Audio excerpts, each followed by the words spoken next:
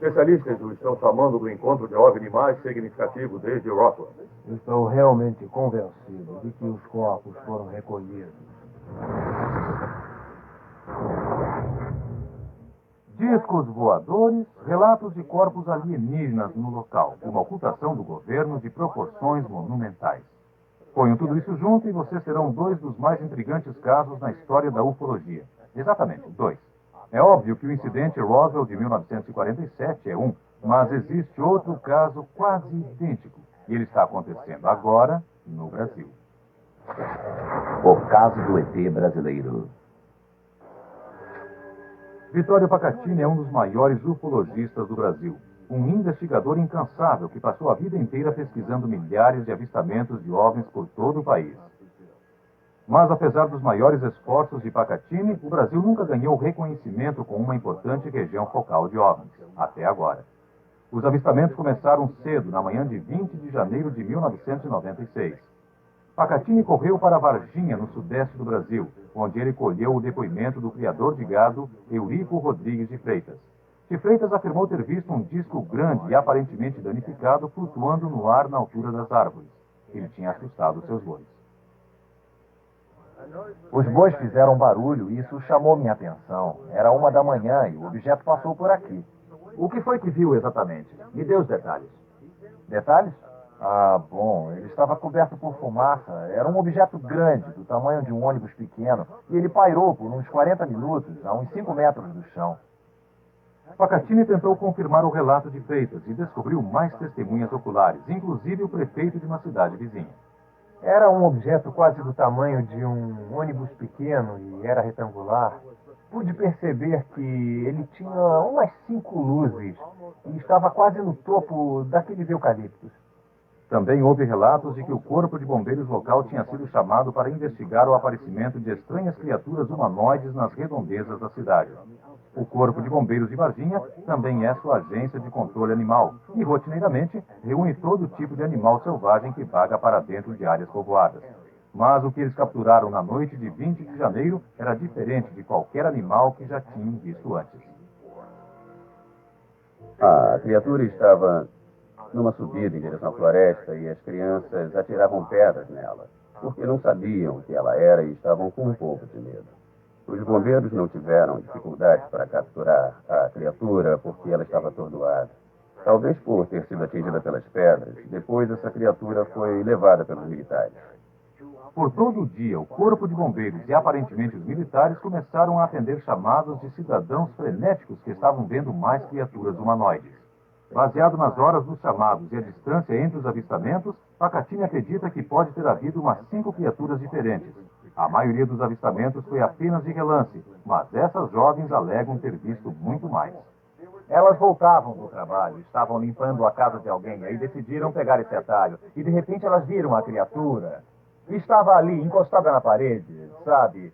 Meio inclinada e... Elas ficaram muito assustadas. Acharam que ele podia ser o diabo. Liliana e Margarita, eu gostaria que me dissessem se essa foto se parece com o que viram. Elas iam chegar às 2 horas e já era 2h45 e elas ainda não tinham chegado. Então eu fiquei muito preocupada e eu saí para encontrar com elas. Eu saí da minha rua, encontrei com Liliana na esquina e ela estava muito nervosa, chorando muito. E aí a Kátia e a Látia estavam chegando. Depois que as acalmei, elas disseram: mamãe, eu estou muito assustada porque eu acho que vi o diabo hoje. Com base no testemunho delas, as criaturas foram chamadas de feras alienígenas. A mídia começou a exigir respostas, mas neste caso, as autoridades brasileiras têm uma memória bem curta. Viu aquele tipo de animal que foi capturado? Eu estava de férias. Mas tem alguém que possa falar sobre isso? Não. Não tem nenhum amigo que estava trabalhando naquele dia? Como eu já disse, eu estava de férias. O que eu sei é o que as E o pessoas que é? me dizem. Eu não sei nada. Entretanto, Pacatini diz que um membro de alta patente do Exército lhe disse não oficialmente que uma criatura alienígena foi posta sob custódia. Então, eles a levaram para o hospital. Vários médicos diferentes, mais de 15, estavam naquele lugar. Gente do serviço de inteligência da Marinha. A criatura tinha esse cheiro horroroso.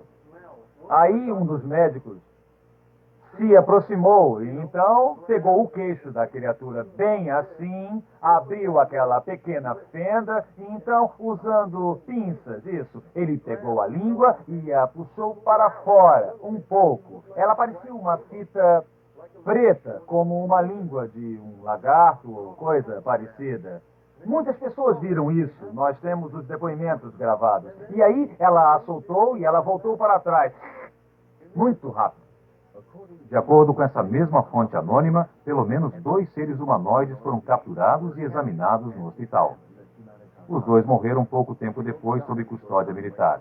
Pacatini alega que sua fonte lhe disse que o Brasil não era o único governo com um grande interesse nessas criaturas.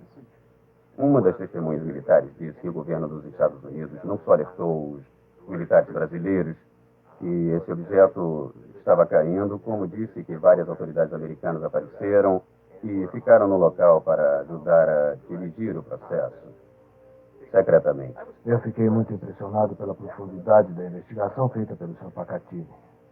O físico nuclear Stanton Friedman foi um dos investigadores originais do incidente Roswell.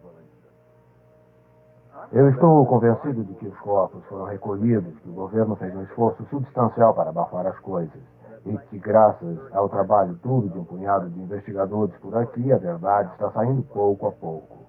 As semelhanças gritantes entre os avistamentos de Varginha e o incidente Roswell não passaram despercebidas pelos pesquisadores de OVNIs. Informações sobre o Brasil estão por toda a internet, e desta vez, os ufólogos juram que as provas de contato extraterrestre desapareceram pela rede mundial. Essa é uma história muito grande, é recente, envolve muitas pessoas, médicos, militares, algumas investigações sérias e a imprensa se envolveu. Essa pode ser a última gota que faz o copo transbordar. Desde que nossa equipe investigativa no Brasil apresentou esse relato, os avistamentos de OVNIs aumentaram. Também houve um outro avistamento de um possível alienígena numa área arborizada perto de Varginha. Nosso programa trará mais informações sobre atividades de OVNIs no Brasil em apresentações futuras.